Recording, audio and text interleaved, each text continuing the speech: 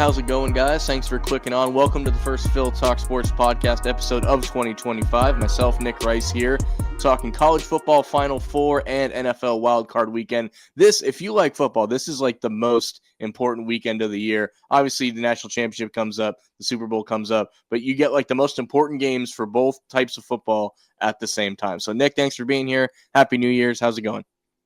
Going pretty good. I'm like Jim Harbaugh. I like football and I like people who like football. Right. So I figured, you know what? Let's go ahead and talk a little football today. Yeah. That's why we've been friends for so long, because we're both dudes that love football. So this has made it easy for a very long time. That's right. Yeah. So we're gonna jump right into it with college football playoffs. We're down to 4. We're gonna briefly kind of catch up on the earlier 2 rounds, the first round and the quarterfinals, because again, this is the first year with this 12-team playoff. It still might change again. There's rumblings of 14, 16, who knows? But for now, we're gonna work with the 12 we've got. Just the concept of it this year, Nick. What have you? I assume you've watched a good chunk of these, as I have. What do you think of the first round being like basically just an extra home game? That's the only game that's felt weird to me. That first set of game, like the Penn State one was cool because it was a whiteout. The Notre Dame Indiana one was cool because they were like in state to each other. But the other two just seemed odd because they're not bowl games, but they're not conference games. So to me, it was a little strange. A couple blowouts early. Let's start there. Let's talk to the blowout. Only really Notre Dame and Indiana, it was a 10-point game, but really it was more than that. Penn State never had trouble with SMU.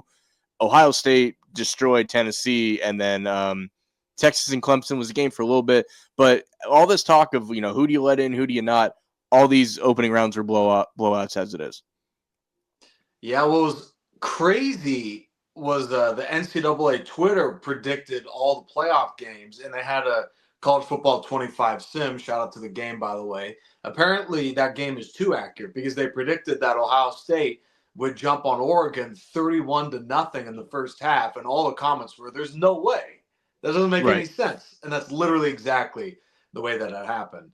And I think it comes down to a couple factors. Watching those games, I immediately thought of the conversation we had back in 2024 of the fact that the transfer portal and the NIL happened to go along with the expanded playoff. I think exposed a problem we're going to have for a couple of years, which is a lot of coaches that would have been in the college game are deciding to go to the NFL route or just not coach anymore. Mm-hmm. So the coaching doesn't feel quite the same. And, that may have played a role in a lot of these teams having time off and playing their home games and just, or playing these bowl games off of 3-4 weeks off and looking totally out of sorts. It's amazing, like with Oregon's Dillon Gabriel, where he has the most games played of any college quarterback, any college player in the history of the NCAA. And ironically, the last game he played looked like it was the first game he played. I mean, he literally and the whole team looked shocked by Ohio State. So with all the games, that one included, it was amazing to me thinking about how we're talking about maybe the coaching isn't quite as good because of those. And it really showed its head right away. Yeah, and it's important to remember because it was the fun thing to do in this first round when Indiana lost. Oh, they shouldn't have been in the first place. When SMU lost, shouldn't have been. We had blowouts in the opening round when it was 4 teams. So I don't know why people thought we were going to get less of them when you add more 2 and 3 loss teams. This is an interesting year where there's, no teams that are undefeated. So you're always going to have that as other than Oregon until they got waxed by Ohio State. So I think you're going to get these. You're going to get them this week in the wild card. Like it happens plenty. Teams that barely get in against teams that are well-oiled machines. That's going to happen. You're going to lose games by 17, 21 points. If not more. So I wasn't super shocked by it. I mean, we mentioned the last time we did speak, I'm like, and I'm rocking the Deion Butler Penn State jersey because I am pulling for them to go all the way. If I have it, I don't get into like second schools, but like if I did have a second school to root for that wasn't my Knights, it would be Penn State. But we pointed this out before the playoff started. They have, if there is such thing as an easy path, they have it, and they've been on it. They haven't had much trouble in their first 2 games with SMU and Boise State. I won a couple bucks on the Boise State game, betting on Penn State. And then Notre Dame is their next one here in the Orange Bowl. And while there's been the like stigma that like Penn State can't win big games, Notre Dame originated the can't win big games thing, as they haven't won a New Year's game, a New Year's Six, whatever we're calling them now, in like 12 years or something like that. So they have just as much of a hump to get over them. So they might, I don't want to use the word cakewalk, but they may walk pretty steadily right into the championship game before they have any real blowback. And granted, this Notre Dame team, I do think is better than the past, teams that have made it in and embarrassed themselves. So that's going to be a very interesting game for me. But it's the flaw in this playoff without the reseeding is you don't want to be the number one seed. You do have to play an extra game, but you want to be like a 5-6 seed, and you can kind of waltz in there. You might play the best group of 5 champion. You might play, the team that barely got in there. So unless they reseed this thing moving forward, the 5 seed is the sweet spot, it seems. Yeah, the seeding was really strange, and that kind of played a role in this whole thing as well. And like to your point, what's funny is that I think people have amnesia now because in the BCS system, there were plenty of blowouts in the national championship game. So it is really strange to have all 4 lose, but I think that plays into another narrative that I think we realized throughout the year, that this is a very big parity year in college football. There really was no clear, obvious best team. And the fact that it was Oregon kind of gave pause to me. And then you had Texas in there as a top seed, thinking none of these teams were all that amazing every week. I mean, they were better than the rest, but it is a little unpredictable, to be honest, who's going to win this whole thing. I'd say of going into the playoff that if there was any non-top 4 team that make it, it may be Penn State or, non-favorite. But even now, I'm not entirely sure because it feels like with Penn State and a couple others that had an easy schedule, it starts now. Now's the time. Yeah, I mean, we talked, I think, right before it started with Oregon being the only undefeated team. It's like, if not now, maybe never. And where we are now, maybe Oregon is just one of those teams that isn't meant to do it. And Penn State, they haven't done it in going on 40 years. 86 was the last time. So they're in a point where, like, not only are they in a good spot, but they're rolling off the momentum matters, I think, because, and this isn't originally my idea, but I think it's worth repeating. In this new tournament style, we are asking college football teams to do something they don't normally have to do, which is like play really well several weeks in a row. Because that's never usually, you have your rivalry game, you might have a game or two that your talent's going to win it for you no matter what, and then you're up for another big game, another week or two later you're up for another. No, you have to play a big game 3 or 4 weeks in a row now. I will say this, though. You mentioned there isn't like an odds-on favorite. All the undefeateds are out, and even before Oregon may have been undefeated, but they had that stigma that, like, all right, if not now, when? I do like this better. I like not knowing what's going to happen. I like this way better than Alabama versus the field. Oh, Alabama won again. Oh, Ohio State won another one. I realize Ohio State's still in it. But if they won it this year, it would be considered somewhat of a surprise, considering how they limped out of the regular season, losing to Michigan, right? Didn't get into the Big Ten championship game because of it. So I don't know about you. I like this better. This reminds me way more of maybe not quite March Madness, but, something that when you're watching it, maybe in years coming, there may be an Arizona State team or something that just buzzsaw, maybe Texas with Arch Manning in a year. It's like, no, they're the team to beat. And I'm fine with that too. But I kind of like that there is no team to beat. You just have to beat everybody in your way. Yeah, no, I agree 100%. We've been talking about that too, where it's like amazing over the years how many teams ran the table, literally could not have done anything else, but did not make it to the tournament because, well, their schedule was weak or whatever the ruling is. But yeah, hey, the only way to try whether they're good or not is to play in the playoffs. So in that way, it's really good. We just have our own bones to pick about it being 12 versus it being 8. And I think a lot of people feel the same way. But, and if you have the other great thing is that you're not playing on a random Thursday and Friday this week, and then on a Monday going deep into the NFL playoffs. But either way, it still is really fun to see these non-Power 5 teams make it. Unfortunately, no matter what they do with this, I think that weird national championship on a Monday night is always going to be there. They've kind of carved that out because the NFL regular season's over, so there is no Monday Night Football. And you would think that'd be a more popular slot because Monday Night Football does gangbuster ratings all year, right? But you put this game on it, and maybe college fans just aren't used to watching on a Monday. They're used to a Saturday where they're, maybe they're off the next day. So maybe that's the reason. But I mean, I've had several years where I almost forget it's on. I might be looking forward to the game, but I forget that it's on that particular Monday, and I got to scramble to put it on. This is a true story, and I'm going to shout him out today because it is his birthday today. I had a friend that was a Texas fan that back in the day, he was so into Texas. It was when Texas was in the championship with Colt McCoy before he got hurt and they didn't win the game. But he was so amped for the game, he forgot it landed on his birthday. The man forgot his birthday was that day. So that used to, I think if you care enough, you're going to know it. But like, for whatever reason, college football and Mondays just don't mix. And I don't know how many years it's been now, but I don't know. It doesn't work. I don't know what you do. It'd be great to put it on a Saturday, but then you're competing with, what would that be? The conference championships at that point? The divisional round? Yeah. I guess it'd be the divisional round. But yeah, I mean, and the NFL has made it pretty obvious that they do not play nice in the sandbox. They don't care what anyone else has going on. They stole Christmas from the NBA. They've stolen whatever they can from college football. So, and you can't really make them do anything either. But there's also the point, and it's not like you can't just, all right, our fans are going to watch, because your fans are also NFL fans. Very few people watch one and not the other. I know people claim, I think more people watch the NFL and not college football than watch college football and not the NFL. I could be wrong on that, but that's how it seems to me. But yeah, Thursday, Friday, that's going to be weird for this, and then Monday, because it's like a weird 12-day gap in between games, just enough time to make you forget about when it is. So yeah, definitely, I don't know what you could do about that, but it's not the ideal. Like, everyone's always so hyped for the season, and then it kind of goes off with a whimper instead of the bang it deserves. Yeah, they already put the toothpaste out of the bottle, so going from 12 down to 8 or whatever, it's too late for that. I think no matter what happens, but that week 18 NFL slot, if they ever were able to figure out a way to have the national championship on Saturday, the day before the final week of the regular season, where, to be honest, a lot of us were a little, by the end of it, we're a little bored of the week, seeing there wasn't too much to play for and all that stuff.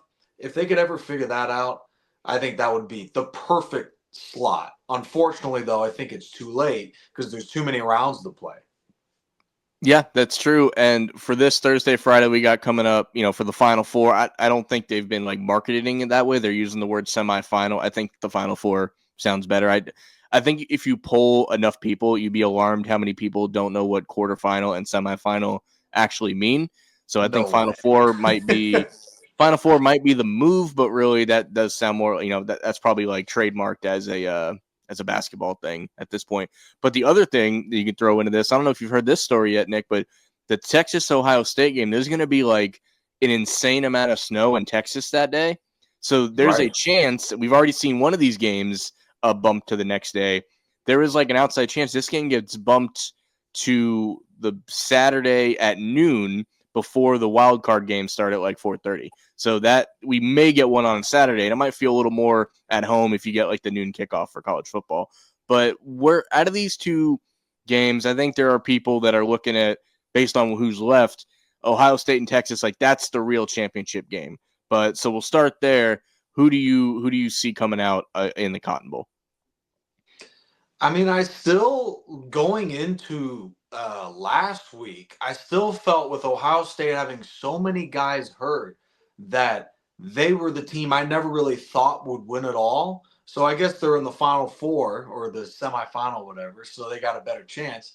So I still think Ohio State's going to be done here. I think Texas takes care of business there. It tells you just how good Texas is that a 5-star top-tier quarterback in Arch Manning can't even really get, any meaningful snaps on the field. Granted, he's still young and he is the quarterback of the future.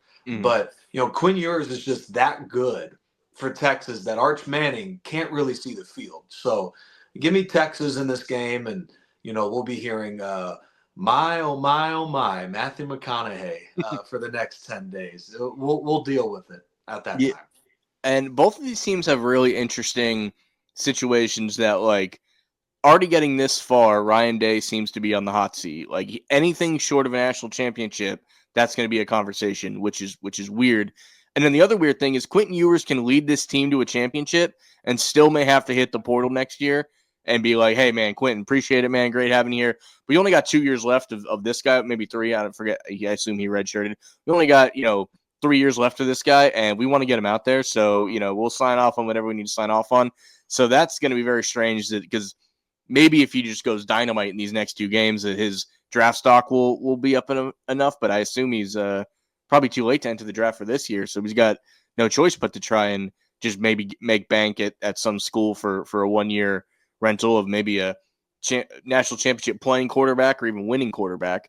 But I don't know if Ohio State, like the game they just played against number 1, like did they exert too much? Whereas like Texas just played in the greatest game in this playoff, the double overtime against Arizona State. Totally looked like Arizona State was going to have that game. So maybe the little bit of battle tested is going to help, right? Like guys talk about sometimes they're not fully ready to play till they really get hit or get tackled that first time. So I agree with you. I do think it's hard to root against Ohio State, but we've seen them. They'll do this thing, right, where if teams invite them to run on them, they will, even though that's not like if they give them, just the 4 guys in the box or whatever, but that's not the kind of team they are. That's kind of how Michigan beat them. They kind of dared them to run the ball, and they took the bait because they wanted to prove they were like this tough team that maybe they're more of a finesse team, and there's nothing wrong with that. Finesse teams win championships at times. Look at like St. Louis Rams and stuff. So I think if they can bait them into that, if they get out of like who they truly are, it could be another nasty game. But this one's going to be pretty close, I think. But I agree with you. I think I'm going to go with Texas. And then for the other game, to me, like Penn State has been rolling. I think they're gonna get punched in the mouth in this game. But I do think with the 6-7 matchup, it's in Miami, so no team really gets an advantage as far as location. I assume Penn State has a huge stadium base, student fan base. Notre Dame fans are everywhere, so I think you're going to be well represented either way. I don't know. It's like we said with Oregon. I think it's now or never for Penn State too. If they don't do it this year, it's going to come up with James Franklin even more. This is his time to at least make the championship. He doesn't necessarily have to win one, but if he gets to it, it's going to quiet a lot of doubters, in my opinion. Yeah, you kind of were touching on the very thing I was thinking about. Just there has to be a time where James Franklin gets it done. And unfortunately, it would be the very same narrative for Notre Dame if they don't make it. So one of these teams is going to feel like it never is going to happen for us. And man, I got to be honest. Unfortunately for Notre Dame fans, I think Penn State gets it done for 2 reasons. One, just how good they've looked. And 2, the fact that they are somewhat well rested now. So, because they're playing in these games early in the playoff that were relatively easy.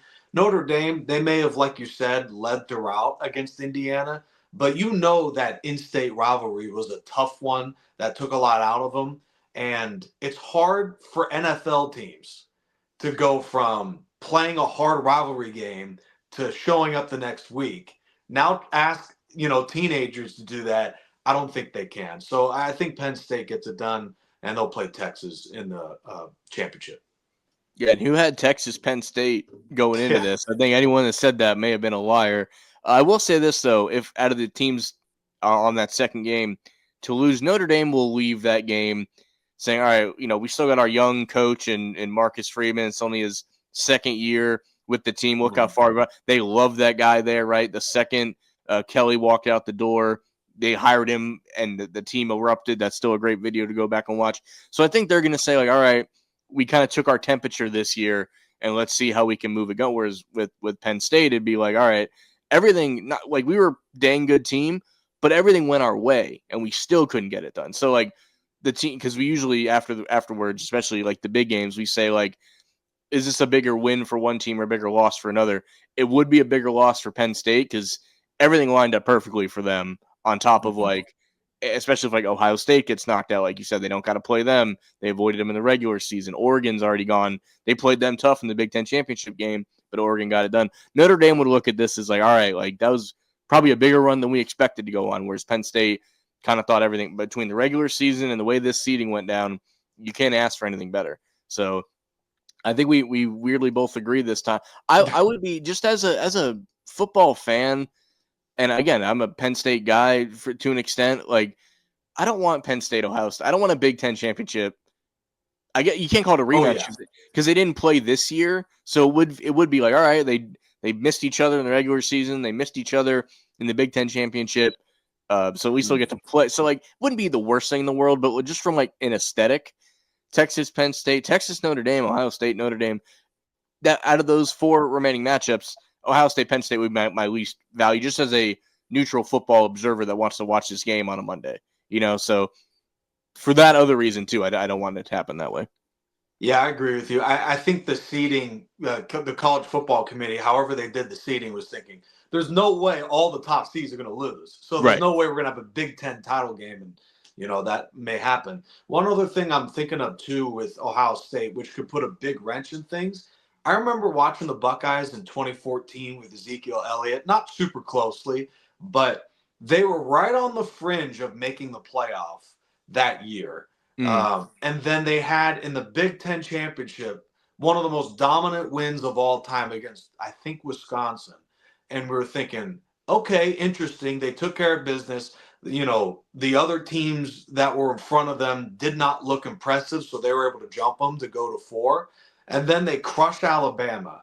And that was the first time people were saying, oh, this team might be really good. Yeah. So I'm curious this year if Ohio State embarrassing Oregon is the same thing, where no one really thought of them as necessarily being a favorite. And then that win was a, hey, we're here and we're ready to win it all type of statement. So that's my only wrench in things. Yeah. But who knows? You know what I mean? These are college kids and it's a little bit of a crapshoot. I mean, if that's the case, you'd look back at that Michigan loss and say that may have been the best thing that ever happened to them.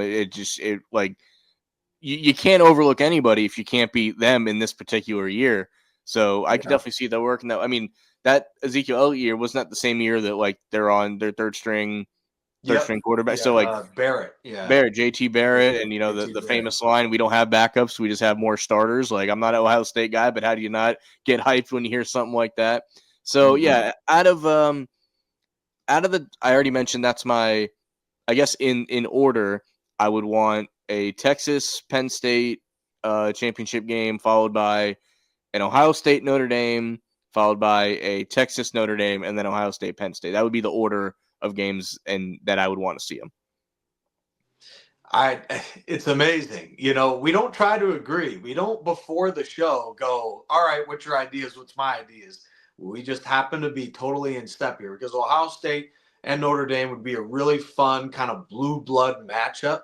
I may put that number one, to be honest, over the other ones. But Mm-hmm. yeah, Penn State, Texas is a fantastic matchup too.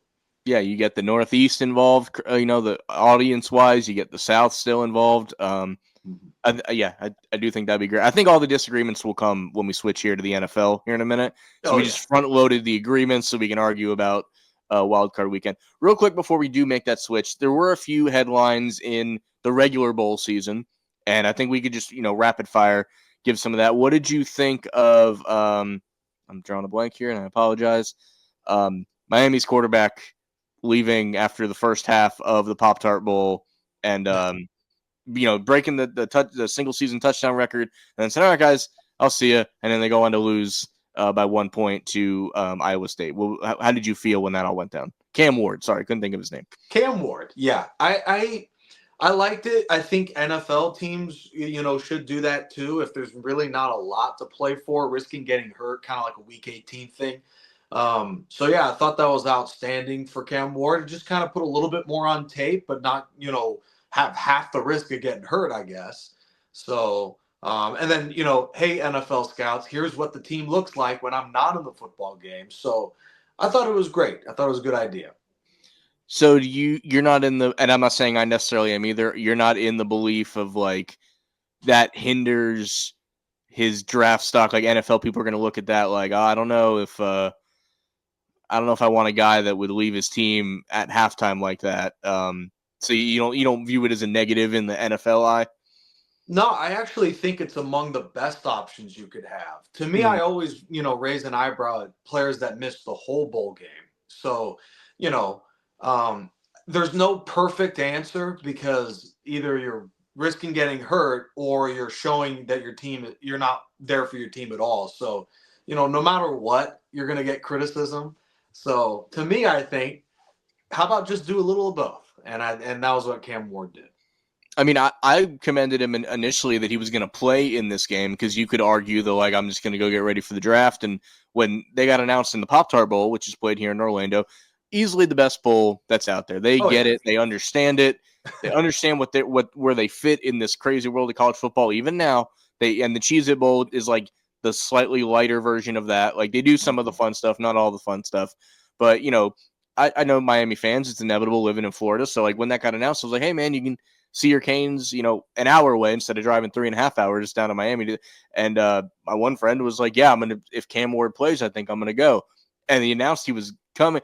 I don't know how it would have gone off before the game if he's like, yeah, I'm going to play a half, or let's call it what it is, I'm going to play till I break the record. That I don't think would have gone off well if it was like premeditated. I think it was, but if you announce it ahead of time, I don't think that goes well. Yeah. Well, I'm curious where you're at in all this. It doesn't sound like you're quite as enthused as I am. I just thought, I don't necessarily have a problem with it. I just thought it was strange. Like, so I was working a Stetson basketball game during the Pop-Tart Bowl, right? And I see that he played, and it's a barn burner going back and forth, back and forth. I check the score one more time, and I see the backups in, and I'm like, oh no, he didn't get hurt. Yeah. Like, we're gonna hear that now, and you find out that he just kind of, Anthony Richardson, he just tapped himself out of the game, I guess. That's fun. Vontae Davis. I have no real problem with it. I just thought it was. I don't think we've seen that before. So to look at that, I think my initial response was just, well, that's strange. And then I learned, all right, he did break the record, and apparently that was already the plan. So, like, my thing is, because it's Miami, and people are going to think I'm taking shots because I'm a UCF fan, they have won 2 bowl games total since 2006.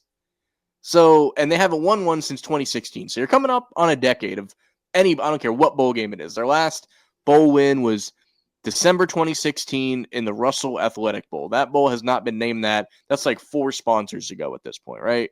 So 17, 18, 19, 20, 23, 24, all bowl losses. I don't know. If I'm Miami, one of the steps, I know that they wanted to get it all in one grab, right? They wanted to, get this quarterback, and, we thought we had him in the playoff all year until those stumbles towards the end. I think step one in rebuilding Miami is like, let's win a bowl game, like any bowl game. Let's bring home some hardware for the year. You didn't make the ACC championship. You didn't make the playoff. You're in a bowl that should be like a home game to an extent, because there's way more people that can make it to Orlando that are Miami fans than Iowa State fans, I would assume. They traveled pretty well. So to me, it's just like, this should matter to you a little more, I guess. And maybe they thought they would have the game in hand and it would be fine for him to sit out the second half. They lost by 1 point, too. So it's not like the second he left it, like, they scored 10 points in the second half. Iowa State scored 14 in the second half. They won by 1. So, like, it's safe to assume if he plays, they win the game. And granted, Cam Ward was always a 1-year rental. But if I'm Mario Cristobal and my goal is to actually get this program back on top, step one should be like, again, maybe I just have like the soccer mind, because there's multiple things to win in European soccer and even here. Let's win some sort of hardware this year. Let's bring home something this year. And they didn't do it. I think if Miami won for years to come, you would, because the Pop-Tart Bowl is, all eyes are on it, as funny as it is to say, because of how goofy it is. It would give you more than just winning, the Russell Athletic Bowl like it used to be known. So I don't know. I think it should have mattered a little more to Miami specifically. I have no real issue with it. I just never seen it before. So who goes into it like, yeah, no, I'll give you a half. I'll give you a half, Mario, before I get out of here. I don't know. That part was just strange to me. So no real issue. It's just, I don't know. And again, it would have been a train wreck if he pre-announced that. That I will stick to. Yeah. It's funny. We were doing rapid fire. That was nothing but fire coming from your end. But you kind of moved me a little bit, actually. I like a guy that would finish the game. Not a huge issue with going a half, but it would have been great to see him play the whole way. And I get the, if he does tweak something, everyone's going to be like, you see, like now that, maybe he won't be going the first round now. So like, I get the argument 100%. Talk about guys that did play that are highly rated. Travis Hunter, Shedeur Sanders they played most of the, I think if it was close, they would have played the whole game. I think when BYU pulled away, they pulled some guys, and there's no issue with that. But I mean, for anything you wanted to say about Cam Ward, you can give that to both Sanders and Travis Hunter, because they did play their whole bowl game. To me, the upset of bowl season, though, Navy coming back to be, granted, Oklahoma's only 6-6, but to finish the year 10-3, beat Oklahoma 21-20. Everyone's looking at Army this year, right? They had a great year going 12-2, get upset by Navy in that game before bowl season. But people are going to remember the Army season. But for Navy to only be one game behind that, 10 wins, beat a now SEC school in a bowl game. They are my MVPs of bowl season. Is the Navy midshipmen. You got any other things to touch on before? So we'll mention it one more time too with Sanders and Travis Hunter. How do you feel about them playing in their whole bowl game in the Alamo Bowl? Which Deion came out and said, like, my guys are playing. Like, he left no bones about it. So what was your opinion? Yeah, no, I get bugged when players don't go at all. Like that was a thing developing in the last 5 years that to me was crazy. Like that was, and does anyone remember? Maybe, I don't know, it'll come to me, of a guy that sat out a bowl game and it was a fabulous idea. He surpassed expectations in the NFL or whatever. And the program that had to deal with that wound up the next year winning a conference championship, going to the deep in the playoff. I don't think I've ever heard that. Usually, championship teams, championship players don't do that. So yeah, the game's almost wrapped up. Yeah, go ahead and sit the fourth quarter. Yeah, but, I had no issue there. To either deliberately say, I'm only going to play a half. It's like, once you start thinking like that, to me, that's when the problem happens. I'm of the mindset like a Dan Campbell. I would rather get hurt trying than not try at all. So, right. I mean, call me old school. And then I don't know if you're going to move on, but before that, I just wanted to shout out two of the great seasons of college football this year. Ashton Jeanty, who declared for the NFL draft, and Skatebo, I'm forgetting his first name, but the ASU running back, who literally was the best player on the field. I'm sorry for folks that, were bothered by him winning the MVP as a losing player. No problem at all. He was outstanding, and I'm glad you agree, because, there is such a thing as a player losing a game but being the best player on the field. It's possible, and he clearly was that guy. I think it should happen more than it does. Like, you can probably count on one hand the amount of, like, well-known ones, and that is 1,000% one of those. Like, they weren't going to do this in 22 because, like, it was Mahomes' third ring or whatever, but, like, Jalen could have been the MVP of that Super Bowl. Yeah, minus his the fumble. That was the fumble does it. Yeah. But like I do know of instances where I feel like it should matter more than it does. I don't know if you wanted to talk about and again, being the ASU alum that you are, like, was your heart swell with pride when you thought that? I thought it was done. I thought they had to pull it off. I don't know how they stalled in the red zone like that, but does that make you want to watch more Sun Devil football moving forward, or are you going to stick with your San Diego State stuff? Yeah, just like you, I don't want to claim ASU as like a weird, I claim both teams. Let's see which one does better. But and also the way they did a few years ago. Now, I'm not quite as big of a, grudge setter or anything, but like, they walk over to Herman Edwards and say, "You're done, buddy," before he even addresses his team in the locker room. That was crazy to me too. Yeah. So, and I still think about that with ASU, but what a fun year it was for them. What a great, talented team they've got. So, I am intrigued moving forward with ASU, but yeah, I'll turn on San Diego State, and if the Sun Devils are on later, maybe I'll watch. To avoid any confusion to the longtime listeners, Nick is has a degree from ASU, so that's where that comes in. All online, if I'm not mistaken, but still, it counts. So, I mean, I'm the one who doesn't have a UCF degree as of now. So, like, it's funny how that can... No, so all mine are from Daytona State, and I did take classes at UCF, but when I went back to finish, the degree ended up being from Daytona. But the classes, I needed both to get what I have. Because it was one of those, either go to Daytona State and work hands-on with production, or go to UCF and just read about it in a book. So, I don't know. One day if I ever go back, though, that's the goal, is to get at least some sort of. I take your word for it, man, but it sounds a little fishy. Here, I'll show you right here. This is why. I believe you got it. I've just never heard. Daytona State has what's called direct connect to UCF. So if you get your AA from Daytona State, you automatically go to UCF. So that's the thing. Correct. Yeah. So it is weird. It's something I hope to correct one of these days. But at the moment, I'm not needing more degrees for what I got going on. So I'm gonna the less schooling I got to do as a 30-year-old, I don't have the patience to like sit in a classroom anymore. I know that about myself, so I'm not even going to worry about it. Last college football note before we move to NFL, the Alabama-Michigan game, the RealQuest Bowl, easily one of the worst named bowls in modern time. Oh, yeah. Jalen Milroe, another stinker.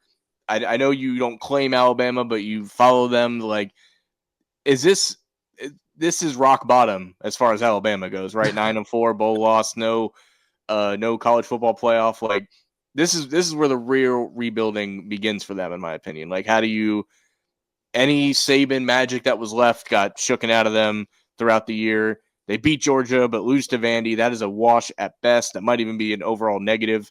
So I don't know. I don't know if you have any thoughts on that before we move on.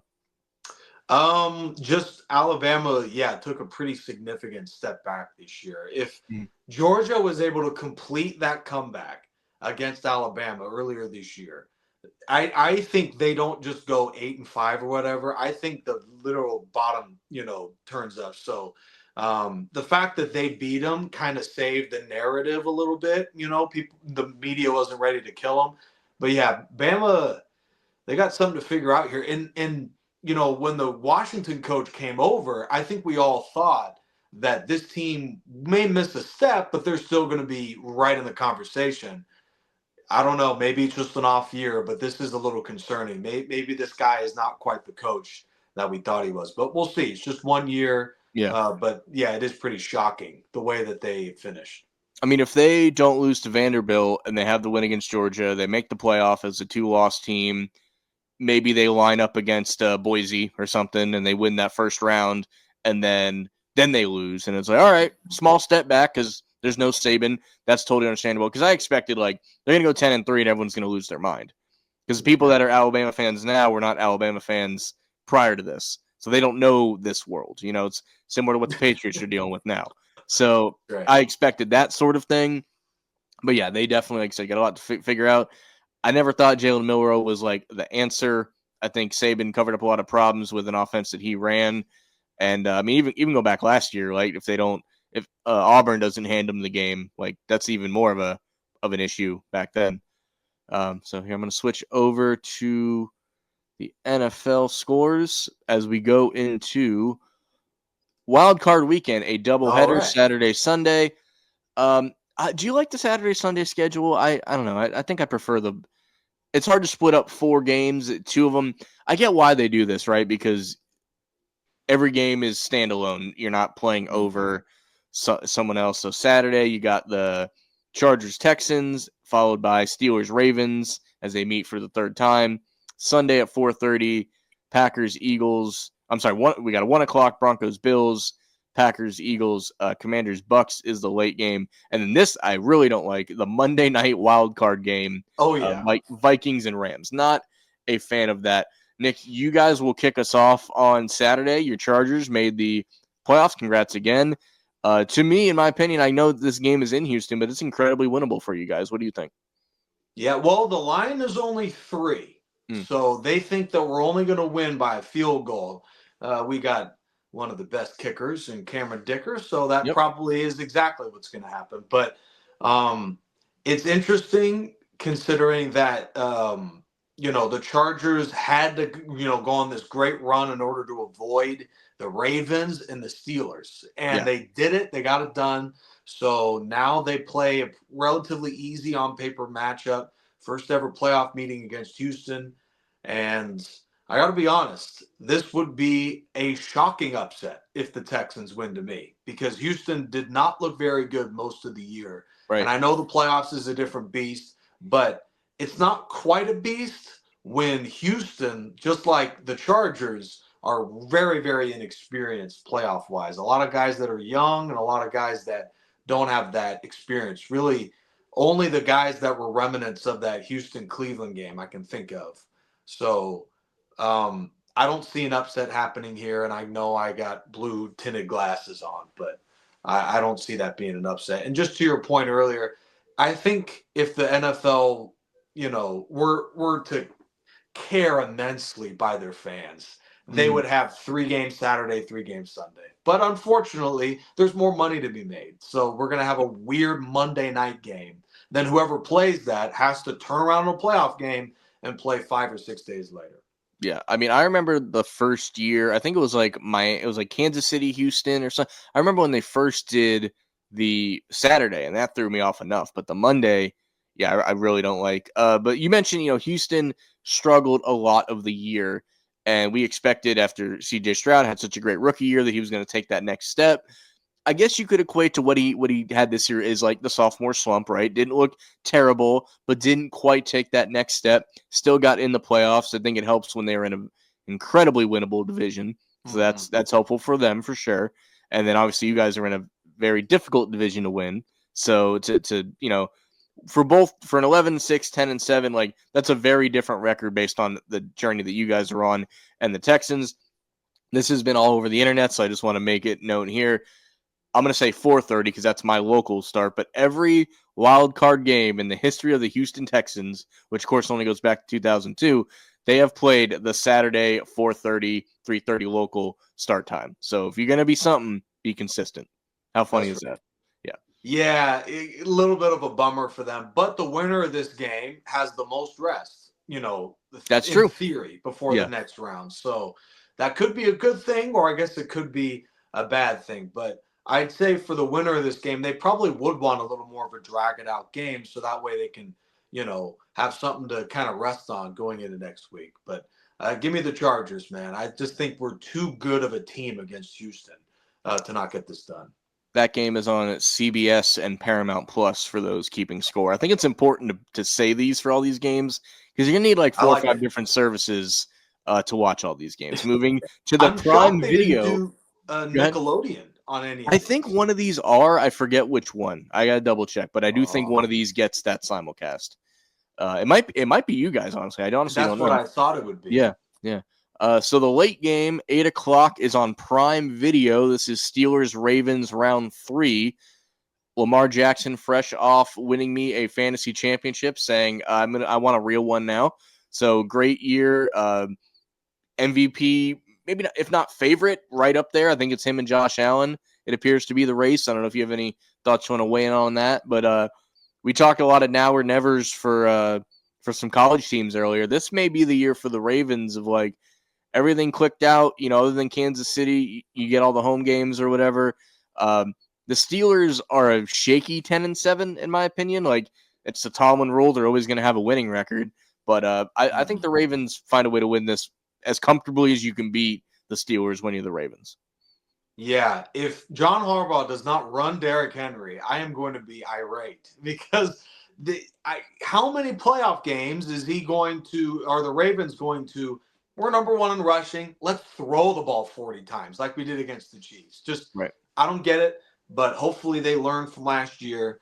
And then what's funny about this particular matchup is that the Ravens are playing a flimsy Steelers team like we talked about. Yeah. But if you were to pick any opponent for the wild card round, realistically, that the Ravens would play, I'd say the Steelers were the worst matchup for them because we've seen it over the years. There's something about Mike Tomlin against Lamar Jackson that just gets him flustered. Now we got the monkey off his back, but, I'd be a little annoyed that I got to get the monkey off my back again a couple weeks later against the Steelers. Vegas loves them. I think it's a 10-point spread. The Ravens, they expect to win going away. But I don't know. I would, if I were a betting man, there's only one of us here that is a betting man, that I've been burned too many times. That's the problem. But sure. What's it called? I would bet Steelers cover that because I just don't see a way that they blow out their division rival in the third game like they're expected to do it. But I got Ravens, and I got the guy that I think should win MVP but probably won't, in Lamar Jackson. I mean, his numbers are just insane this year. Yeah, 41 touchdowns, 4 interceptions. You mentioned needing to run the ball with Derrick Henry more. There was a lot of talk about Saquon, and rightfully so, breaking the 2,000-yard mark. Hats off to him for that. But Derrick Henry was 79 yards away from that. So, like I said, you hand the ball a few more times here, a few more times there. He's probably right there in the 2,000 club as well, which I believe he's done in the past. With Tennessee. So he may have been the first player to reach that twice. I don't know. That would have been pretty cool to see too. I actually just looked that up today. He is Yeah. the first to get 1,900 with 2 teams. I'm a total nerd. Wow. That's so yeah, right there, 79 yards away, 16 touchdowns. I agree. I think he could definitely be the key for this game. We started the year in Brazil, Packers, Eagles, and here we are again on a Sunday at 4:30. Oh, I'm sorry, I mentioned before that last game is on Prime Video. This one's the 4:30 game on Fox. How we started the season is how we will open the playoffs for the NFC. If it's anything like there's so many questions here because we don't know if Jalen Hurts is playing. If he does, I don't know at this point if that's positive or negative. Not to shortchange him a lot, but I don't know. Ever since losing the Super Bowl, Jalen does this thing where like he's not allowed to show emotion to himself. He feels anyway, and I don't think he realizes how much that can like bring down the vibe of like a team doing well. Like you're not doing anything wrong, but you're just like, I don't know. I think it gets old pretty quick, and maybe that's just me watching it from my couch, where he just, the whole game is, stone face, and I don't know if he thinks that's cool or he doesn't want like anyone to be able to take something from his body language if he doesn't have any. I But think that's it more than anything. He's yeah, like, I just want to be like Nick Saban. It's like yeah, I'm going to work and I'm doing my job and I'm going home. yeah, and if he comes out and goes 3-and-out and he's got the boo-boo face on the sideline and then he has a weird fumble and he still has the boo-boo face, like this could get ugly quick. The Packers, I think you can describe their season as like very up and down. There's times they've looked very good. Obviously, Jordan Love was out for a handful of games. They almost played their best ball without him, weirdly enough, which I would have never expected. They played some other great games, lost a couple close ones. So this one's close to me. I would like to think that everything comes together and the Eagles pull this off, but we are now weirdly in that scenario where like I would not be shocked with any loss despite a really great 14-3 year. 2 drops away from maybe like 15-1. I'm sorry, what would that be? Yeah, 15. Yeah. Anyway, but Yeah. I'm gonna tiptoe with the Eagles. I mean, it's hard to not. We beat this team once already, so that's that gives you a little bit of confidence. The spread is Philly 4.5. I mean, that's basically you got to win by a touchdown essentially, 6 points at least. I'm gonna go with them, but I will admit it's not a super like strong pump in my chest of like, all right, here we go. If we ended up with the Bucks or the Commanders, I would have felt a little better about it. But like I would not be shocked if we won, but like I can see all the scenarios in which we lose this game. But I will stick with the Eagles for this one. Yeah, unlike the AFC, where I'm really only comfortable with 3 teams: Ravens, Chiefs, and Bills. Yeah. The NFC is so good. I mean, whoever loses in the wild card round is going to, feel as though we could have totally won the Super Bowl. We just had a bad day. I mean, I Yeah. think the loser of this game, you do it over again, easily could go on a run and win things. So it's going to be very unfortunate for the loser of this game. And that's my long verbiage of saying, I got Philly, but just like you, I'm tiptoeing into that one. I just think the Eagles, too hot to close of the year. Yeah, Jalen Hurts is kind of dealing with an injury, but they're also rested for this game. The offensive line admitted, even though they were frustrated, that they were a little banged up. Mm-hmm. And that extra week off against the Giants really did wonders. So I don't see a way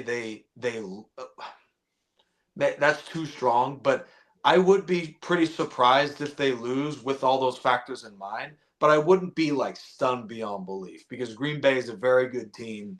They just, are limping in there and they've got a quarterback that is, I guess Brett Favre reincarnated. I mean, the guy just every game will throw one to the other team. You just got to catch it. And I think the Eagles DBs, they may not be like, the Legion of Boom, but they are good defensive backs and they should make those plays and, win the game. Yeah, the safeties, I think, more have a better chance than the corners of that, but point definitely well taken. Have you ever known an NFL player, a quarterback specifically, to be in concussion protocol for over 3 weeks whose name isn't Tua?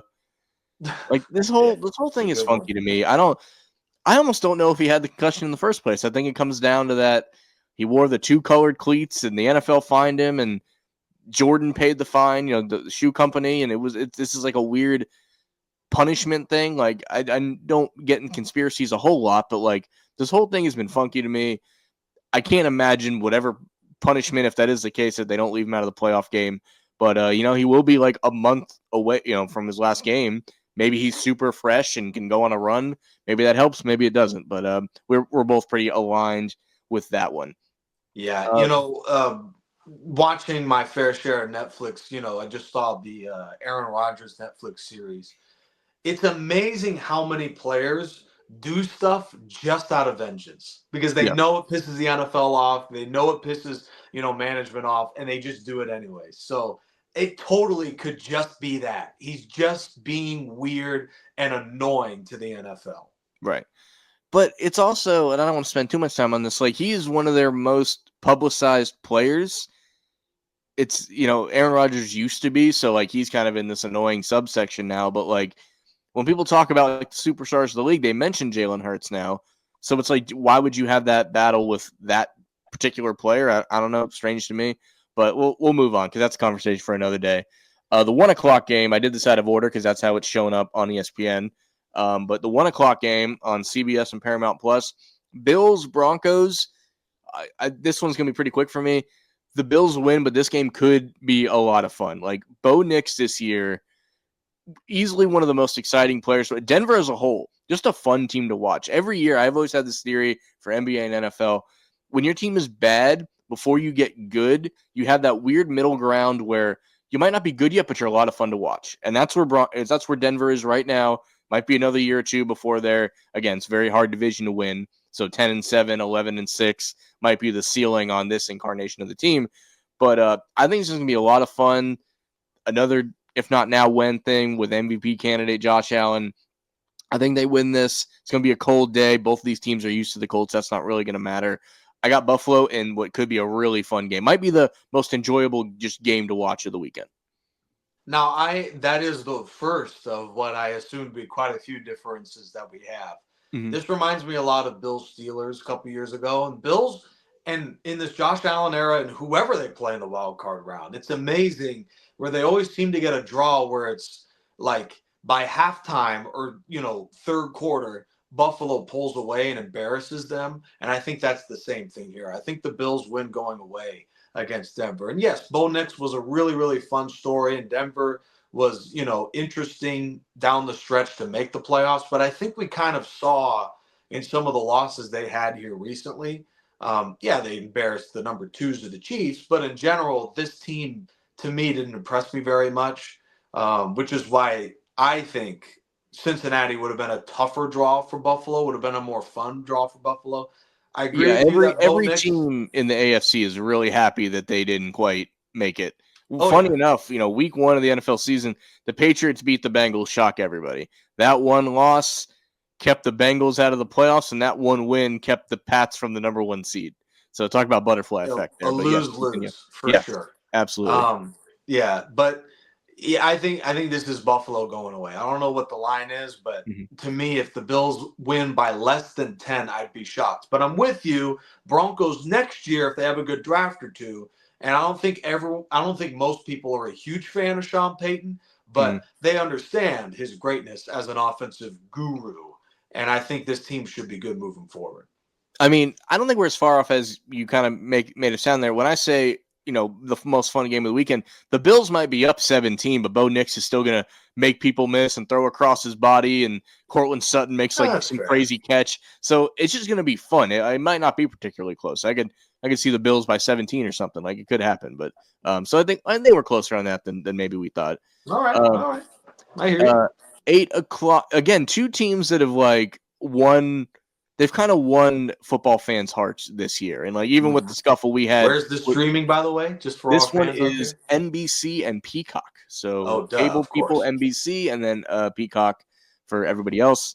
Washington Commanders coming off a great season. This is a quarterback that took that next step. 12-5. Last second win against the Eagles. Hail Mary against the Bears. Battle tested, and then you have the maybe it helps the division they're in. But Tampa Bay Buccaneers, NFC South champions, 4 years in a row behind Baker Mayfield's 41 touchdowns for the year. Absolutely crazy. I put this post out earlier when I saw the video of them celebrating winning the division. We didn't know it back then, but I think Baker Mayfield was built for Tampa Bay. It's just I don't remember the last time a highly drafted quarterback went to a new team after his first team didn't work out next to like I don't know, Randall Cunningham in Minnesota that like just vibed well enough with a team like that. Oh yeah. This could be very fun. I don't know, man. This might be my hardest one to pick. Not because same here. Maybe they're not threats to win the Super Bowl coming out of this, but like the teams are very similar. I think Tampa can run the ball a little better. Austin Eckler is back for Washington. That's going to help them move the chains either between the tackles or, as you know, as he was a former Charger, like a great receiving back. Yeah. Maybe the fact that, it is in Tampa, it's beautiful weather here. It's going to be 55 degrees for this game. Weather's not a factor. I'm going to tiptoe this one for Tampa with their running game, being they're favored by 3. I think that could just be it. Bucky Irvin, great year, 1,100 yards, 8 touchdowns. Terry McLaurin for Washington is the guy to watch for them. And I'll go Tampa if they're able to control this game on the ground. Maybe they get a quick score or two to Mr. 1K, Mike Evans, and just kind of ride it out from there. But this game, very similar to the one we just had. I think this one's going to be fun. This one will be fun and close, whereas Bills and Broncos might just be fun. So I'll go Bucks on a very, very slim margin. Yeah, well, if I were to give my most fun matchup of the week, I'd probably go with Eagles and Packers. It should be that's the game I'm looking forward to. If, I wasn't a Charger fan, I was just an NFL fan. This game would have been the hardest for me to predict if these teams, because one, I haven't seen them all year, but 2, if these teams weren't literally the exact same team. So, this is incredibly difficult to predict. I'm going to go Tampa. I guess just the difference is the home team. And Baker's kind of been through it. Jaden Daniels, he's, had a fabulous year, but this is his first go-around in the playoffs, is a different beast. And then, Mike Evans is a Super Bowl champion. He's been there. But what a story the Bucs would be if they are to win this game. And, with the Mike Evans 1K, with Chris Godwin going down for the year and, all of that. So I think there's so much to play for Tampa, storyline-wise and vibes-wise, which is huge for this team. Give me Tampa Bay. The last game on Monday, this is the only playoff game. This is why it's on Monday, so ESPN can get their piece. ESPN, that's ABC, right. ESPN Plus. This is going to be a short conversation, I think. Vikings and Rams in Inglewood, of course, interestingly enough, because division winners versus non-division winners. That's obviously been a conversation of late. I don't have a problem with this. It doesn't happen enough to be an issue. I mean, we see it in baseball. We see it in basketball. Baseball teams can win 100 games. They don't win their division. They're on the road. Like, it happens. I get how it sucks for that team, but I don't think it happens enough for being an issue. Just real quick, what are your thoughts on that? I agree. Maybe not quite that quick. I agree, sure. But also, it does kind of stink that, sometimes divisions aren't quite, it seems like every other year there's a division that's really weak and happens to host a playoff game. It just usually isn't this big of a disparity. So I guess my solution wouldn't be no division winner type thing. That's too much. But maybe just update the schedule a little bit so that way we can ensure everybody has at least some tough opponents, because it seems like there's years where like no tough teams play a division winner. I mean, I would soften my stance if it was like that 4th division winner could lose their home game, I guess, but you got to have like 2 more wins than the team. Are at home or something. I could see that. I don't see it as a problem, so it's not something I would really argue for. I get it. If you're Minnesota, you're pissed. Like, you kidding me? We won 14 games and we're got to go halfway across the country to LA. Like, I get it. I totally understand it. But I like that idea. Come to think of it, 3 home teams and then best record gets the 4th. Yeah, and then anybody. Idea. Yeah, I wouldn't throw a hissy fit on that, but I like it the way it is. I don't think this game's gonna be much of a conversation. I got the Vikings. I'm gonna assume you do too, unless you got a major curveball to throw at me. Sure do. All right, let's hear it. Sure do. I saw Sam Darnold, and I saw those Vikings look a little pumpkin mode this week. Mm. This is my upset of the week. I don't even know if it's Ooh. that big of an upset. Give me Mhm. the Rams. Give me a Super Bowl champion instead. Matthew Stafford playing at home, standalone game. You know, if there's fans that are going to come out for something, I Mhm. think it's when that game is standalone. I Yeah. do expect a good amount of Rams fans to be at this one. You Mhm. know, being a Charger fan and going to the games, I do notice that a good amount come to the primetime games. I I'll was say you just went at to the Chargers Monday Ravens. Monday night game, right? And it Yeah, was pretty packed. there was a good amount of Charger fans, but the 1 o'clock, 4:15 Mhm. Chargers, I saw them play the Seahawks and the Browns. It was ridiculous how few of Charger fans were there. And granted, it's the Rams who may even have a better fan base than us. Give me Rams, and they're getting healthier. Cooper Cup and Puka Nacua are back, and yeah, give me the Rams. If you're someone that doesn't have really a dog in the race this year, maybe you're like a Dolphins fan or something, your team didn't make the playoffs or something, you want to root for the Rams and the Chargers to go all the way to create pandemonium on championship weekend to What? where, because they'd have to play on the same day. Maybe they would split it up at that point, do a Saturday, Sunday, because both games Yeah. would be in the Inglewood Stadium. It's funny. This has always been a potential issue for the Jets and Giants. No one's ever worried about that because they're never good at the same time, if at all. So that's a problem. That's right. You did throw me that curveball, and I struck out looking on that. I'll admit, because this is where I wanted to take this conversation originally. If um, Minnesota wins, would we have just seen Matthew Stafford's last NFL game? I think Oh, that's up wow. there. Yeah, right. What do you Yeah, think? there you go. There's a major curveball.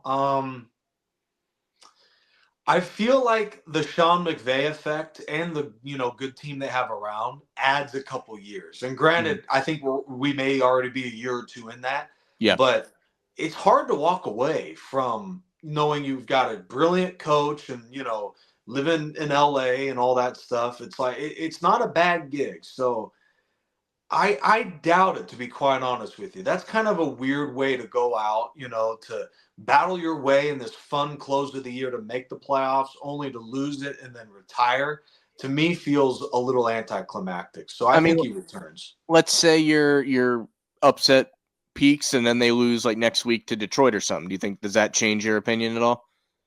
I think it's more likely, but I Okay. just don't see him retiring after this year. I think he's got too much left in the tank. But I've only been wrong a bunch of times, so I mean, I could think happen. the other thing that would keep them, it's kind of to your point, is like they went 10-7. They're not going to have a great draft pick. There's no plan in place for after him yet that I'm aware of. So That's the other thing. yeah. So unless they have an idea on who they want to sign in the offseason, they kind of already know this is coming. But that just popped in my head looking at this game. I'm like, Minnesota should be favored. They had a great year. But like you said, that cherry could turn into a pumpkin at any moment. So Yeah. it's definitely possible. They're favored by 1.5, even though they're on the road. So that gives a little bit of confidence. One and a For the half. 1.5. So that basically that means they're going to win. So like you can't, even on the Mhm. road, they're going to win, I guess. So we are a little long-winded on that, but there was a lot of games to go over between college and pro, so I do appreciate Nick being here. Any closing thoughts about anything before we get out of here? Just to me, the butterfly effect that I hate to be negative Nancy, but what happens with Sam Darnold, who has this really fun year, and if he just looks like he did last week against the Rams, who have a really young, talented defense, by the way. Mm-hmm. To me, I think that raises a lot of questions. Is he literally one of the craziest 1 year wonders potentially to where he may be gone because JJ McCarthy looked really good before he got hurt. So that brings up a really fascinating future in Minnesota Yeah, if they, fall short this week. it's a great point because if they go on a run here, maybe they lose. Let's call it like the NFC Championship or something. They might be looking to move JJ, whereas they crumble in this game, Mm-hmm. they move him to make room for JJ again. So I agree 100%. I had one small subtopic. This probably won't go too long. I wanted to bring it up when we were talking college. I kind of forgot. Heisman Trophy happened. Travis Hunter won it. Genty second. We both kind of agreed.